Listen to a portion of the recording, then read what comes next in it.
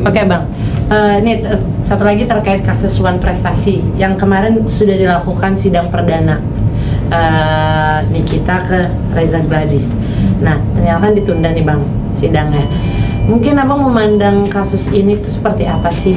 Kalau dari pihak lawyer Reza Gladys, ini adalah kasus yang komedi, bisa dikatakan gitu kan, karena tidak ada unsur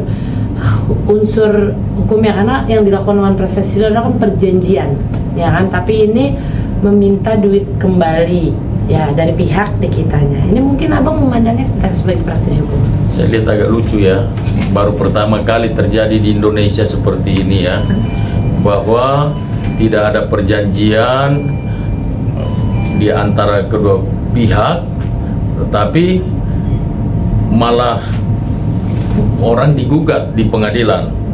Ini aneh bin ajaib bagi saya. Jadi ada dalam istilah hukum itu fakta sun persandap, perjanjian dibuat untuk ditaati. Nah, ini perjanjian apa yang dibuat? Nggak ada perjanjian buat apa yang mau ditaati sehingga mau digugat. Jadi saya melihat agak lucu. Ini pertama kali terjadi di Indonesia, saya lihat.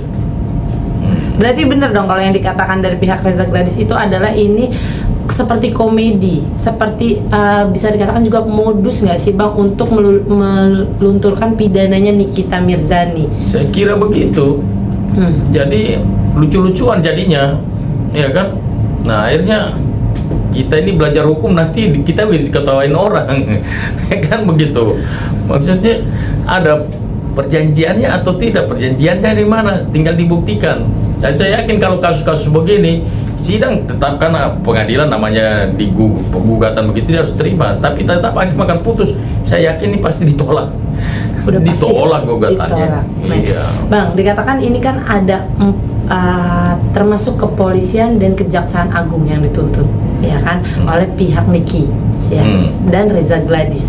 Nah, mungkin kan kemarin ditunda karena dua itu tidak hadir dari kejaksaan dan kepolisian, ya, dan dia juga bisa minta immaterial 100 miliar kerugiannya dari gugatan itu, selain mengembalikan duit 4M yang diterima oleh Niki dari Reza Gladys, ya kan, perjanjian itu. Mungkin Abang memandang seperti apa nih, kan mungkin ranah kepolisian dan kejaksaan sudah ditutup juga secara perdataan Bang. Iya, jadi ada tergugat 1, 2, 3 kan begitu. Mungkin tergugat satunya datang, tergugat 2, 3-nya nggak datang, sehingga sidang ditunda. Nanti berikutnya setelah lengkap sidang dilanjutkan lagi. Tapi kalau tuntutan 100 miliar itu,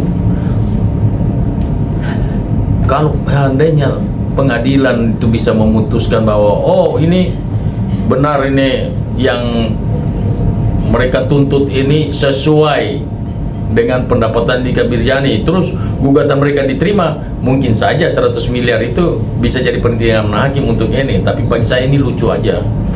Saya yakin kasus model begini kan pernah terjadi di Indonesia. Nggak ada perjanjian, nggak ada kesepakatan, terus kita main gugat orang hanya melalui telepon-teleponan begitu, terus itu bukan suatu barang bukti, tapi itu merupakan petunjuk saja, tapi bukan satu barang bukti. Itu menurut kacamata hukum saya seperti itu. Oke, berarti yang dikatakan perjanjian itu secara lisan ya Bang, secara lisan dan ada tanda tangan hitam di atas putih.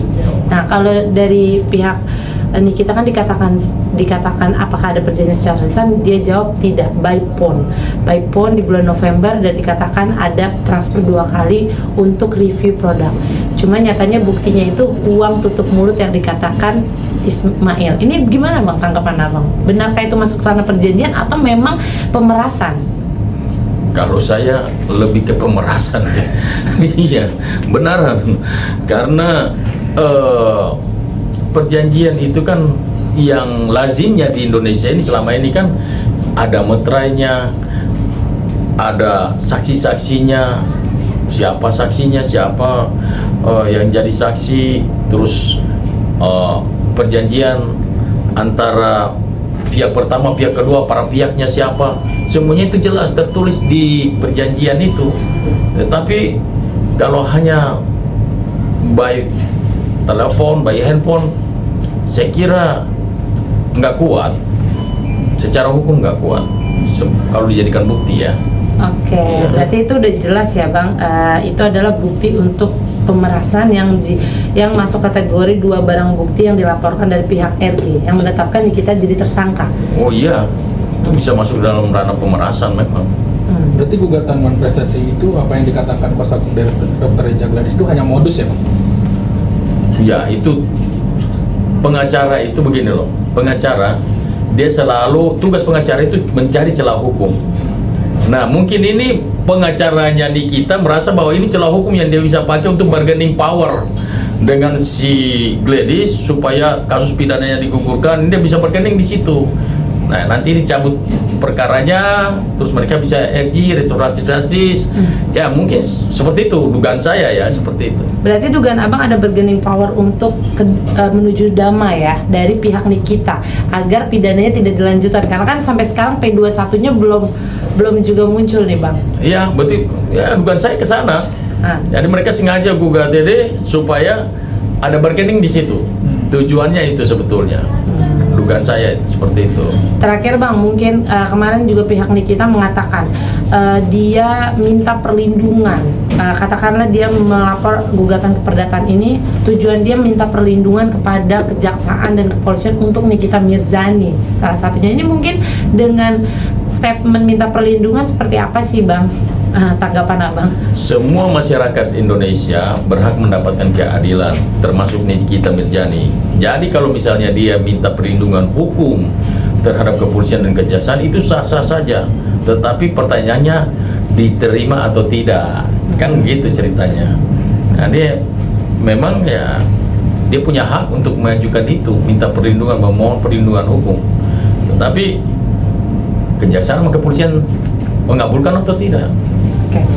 Tapi Bang, dari P21 Nikita nih menurut Abang bakal diperpanjang lagi apa memang sudah nantinya tanggal 2 Juni terus kalau tidak salah Bang, udah P21 gitu Bang?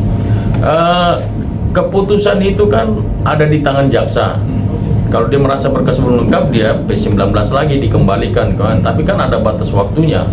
Nah kita nggak tahu ini kalau batas waktunya lewat ya kita harus dibebaskan, dilepas. Berarti tidak bisa 3 kali perpanjangan. Tapi kalau dia misalnya dia sudah sampai 3 kali begitu, biasanya sih naik P21 biasanya. Berarti kemungkinan akan segera P21 ya Bang? Iya, kemungkinan ya bisa terjadi, bisa. P21. Kalau P19 lagi ya ini kita harus dikeluarkan. Karena memang sudah Habis mata waktunya. Oke Bang, terakhir mungkin Bang dari kacamata Abang dari segi kasus Nikita ini yang sudah berjalan hampir 3 bulan dia ditahan, ya kan? Abang memandangnya seperti apa kan? Cukup berat nggak sih untuk Nikita lepas dari hukum? Karena kan ada dugaan TPPU sendiri, gitu kan? Sampai pihak Niki juga sekarang bergening buat membebaskan Niki. Seperti apa nih mungkin? Ya, itu saya lihat pasal berlapis itu dilarikan ke TPPU juga kan, jadi ancamannya kan berat itu, 20 tahunan itu. Jadi memang pengacaranya melihat di sini bahwa udah gimana caranya, setiap pengacara kan dia mau kliennya bebas. Ya udah satu-satunya cara dugaan saya dia melalui gugatan perdata. Nah, di situ kan apabila dikabulkan oleh hakim, wah itu berarti lumayan juga itu. Selain Nikita juga bisa bebas, ya dapat duit juga, ya kan? Betul. Oke, udah? Oke, makasih Bang.